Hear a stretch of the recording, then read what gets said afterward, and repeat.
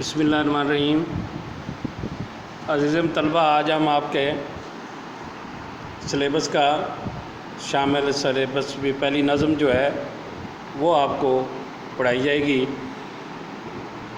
پہلی آپ کی جو نظم ہے، چار ہی آپ کے سلیبس پہ نظمیں ہیں، اس میں پہلی نظم جو ہے حمد ہے۔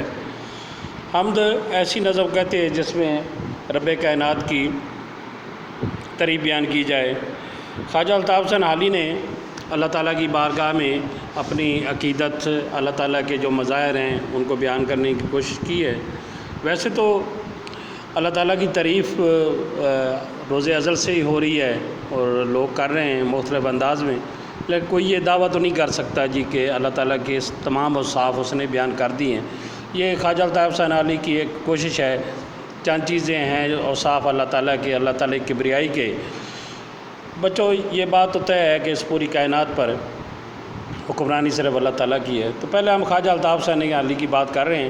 خواجہ الطاف حسین حالی اور مولانا الطاف حسین حالی ایک ہی نام ہے۔ اس سے پہلے آپ مولانا الطاف حسین حالی کا لکھا ہوا سبق مرزا غالب کے اعداد و خسائل پڑھ چکے ہیں، انہی کی یہ نظم ہے۔ خواجہ الطاف حسین حالی 1837 میں پانی پت میں پیدا ہوئے۔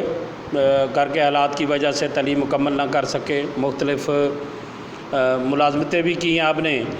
آخر کار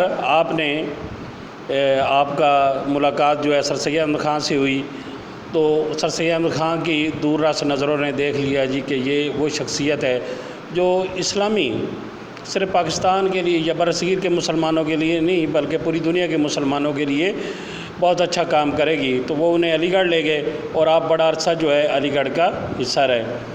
1914 میں آپ کی وفات ہوئی۔ آپ کا عظیم کارنامہ جو ہے مد و جزر اسلام، یا جسے مسدس حالی کہتے ہیں، اور خواجہ الطاف حسین حالی کو علامہ اقبال سے پہلے ہندوستان جب اور پاکستان کٹا تھا، یعنی برصغیر تھا، تو قومی شاعر انہیں ہی کہا جاتا تھا۔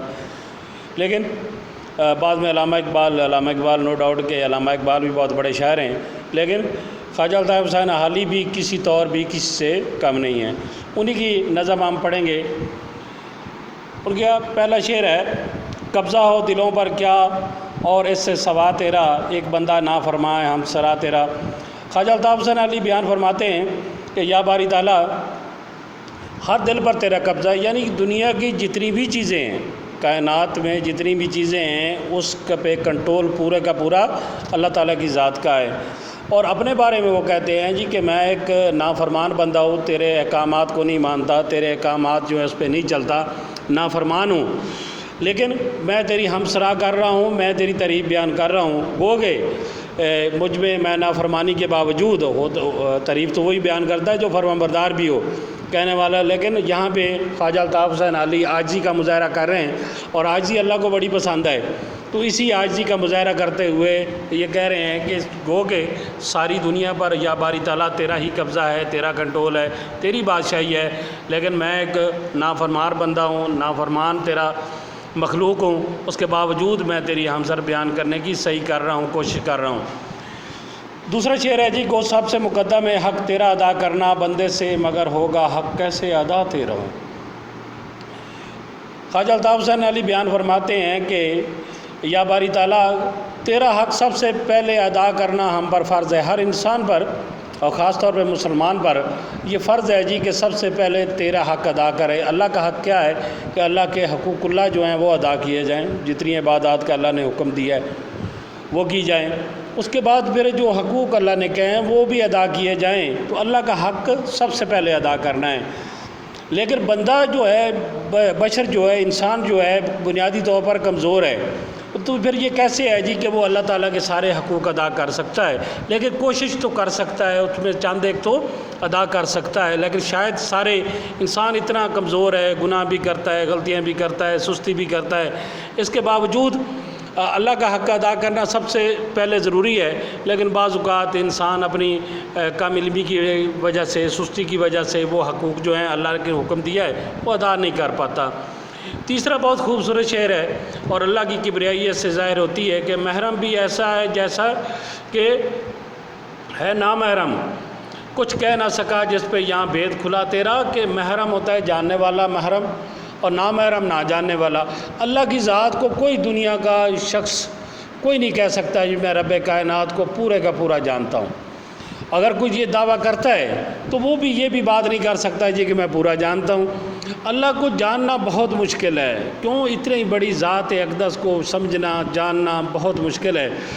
تو یہی بات کر رہے ہیں خواجہ الطاف حسین حالی کہ جو تیری ذات کو جانتا ہے وہ ایسے ہی ہے جیسے تجھے نہیں جانتا، تیرا پتہ نہیں ہے تو کتنی بڑی ذات ہے، تیرے کتنے اختیارات ہیں، کہاں کہاں تو پایا جاتا ہے، یہ سب کچھ انسان نہیں جانتا۔ اور سب سے بڑی بات یہ کچھ کہہ نہ سکا، اور جس پہ اگر کسی کو تھوڑا بہت پتہ چل بھی گیا تو وہ بھی کچھ نہیں کہہ سکتا کہ یہاں بید کھلا، راز جو تیرا کھل بھی گیا کسی پر تو وہ بھی یہ ادا نہیں کر سکتا۔ حضرت موسیٰ علیہ السلام کا وہ مشہور واقعہ ہے کہ جب انہوں نے اللہ کی بارگاہ میں یہ گزارش کی کہ یا باری تعالیٰ میں تجھے دیکھنا چاہتا ہوں، تو رب کی طرف سے یہی آیا جی کہ اگر تو پہاڑ کو دیکھ لے تو ٹھیک ہے، ادروائز تو نہیں دیکھ سکتا۔ تو پہاڑ پہ جب اللہ کی تجلی، اللہ کے نور کی روشنی آئی تو آپ بے ہوش ہو گئے۔ اس کا مطلب یہ ہے کہ رب کو کوئی بھی نہیں دیکھ سکتا، لیکن ایک ذات بچوں ضرور ہے جس سے رب کو فیس ٹو فیس دیکھا ہے، سامنے بیٹھ کے دیکھا ہے، وہ آقا دو جہاں صلی اللہ علیہ وآلہ وسلم کی ذات اقدس ہے۔ اور یہ شاید ایک محب کا محبوب کے ساتھ یہی تعلق ہو سکتا ہے، ہم یہی بات کر سکتے ہیں۔ جچتا نہیں نظروں میں یہاں خلتے سلطانی، کملی میں مگن اپنی رہتا ہے گدا تیرا، کہ جو اللہ کے ہو جاتے ہیں، جو اللہ کے راستے میں چل پڑتے ہیں، انہی دنیا کی خلت سلطانی بادشاہوں کی طرف سے ملنے والا لباس ہے۔ تو ان کا بادشاہوں کے لباس کی کوئی اہمیت نہیں رہتی، بادشاہی کی کوئی اہمیت نہیں رہتی، دنیا کی کوئی اہمیت نہیں رہتی۔ وہ اپنے آپ کو فنا کر دیتے ہیں رب کے راستے میں، اور جو رب کے راستے پہ چلتا ہے دنیا کے چیزوں کی اس کے سامنے کوئی وقت نہیں ہوتی۔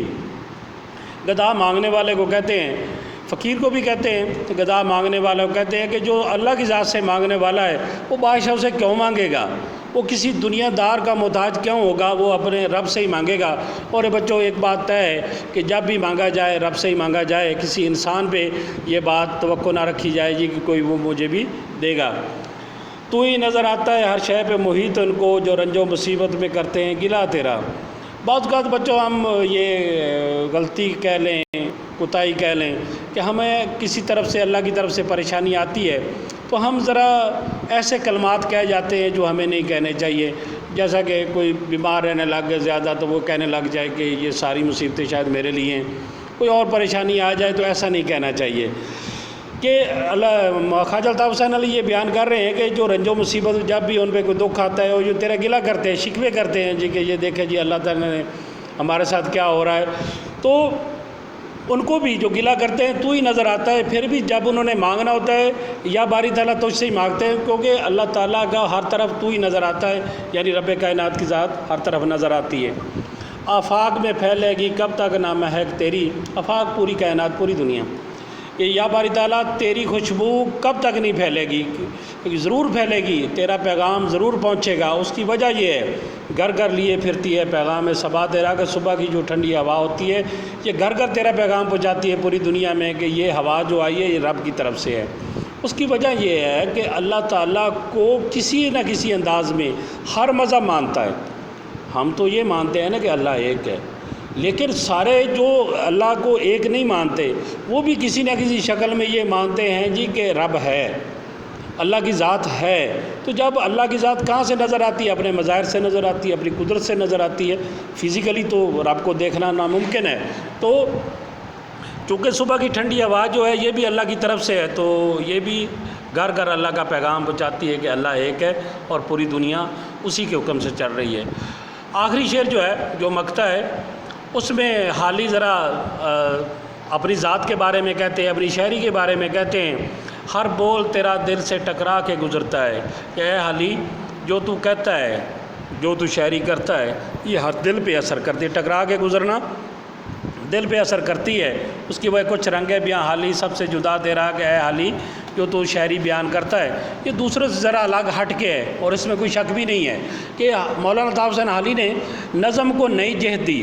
علامہ اقبال سے پہلے اگر مقصدیت والی شاعری کی، مقصد والی، ایم والی، لوگوں کو راہ راست پر لانے والی شاعری کی ہے تو وہ خواجہ الطاف حسین حالی نے ہی کی ہے اقبال سے پہلے. اقبال نے تو اسے عروج پہ پہنچا دیا، لیکن اس کی شروعات جو ہیں، اس کا اسٹارٹ جو ہے وہ حالی نے لیا. اسی وجہ سے خواجہ الطاف حسین حالی کو اپنی شاعری پر فخر ہے کہ اے حالی تیرا ہر بول جو ہے ٹکرا میرے ہر شخص پہ اثر کرتا ہے، کیونکہ تیرا جو انداز بیاں الگ ہے.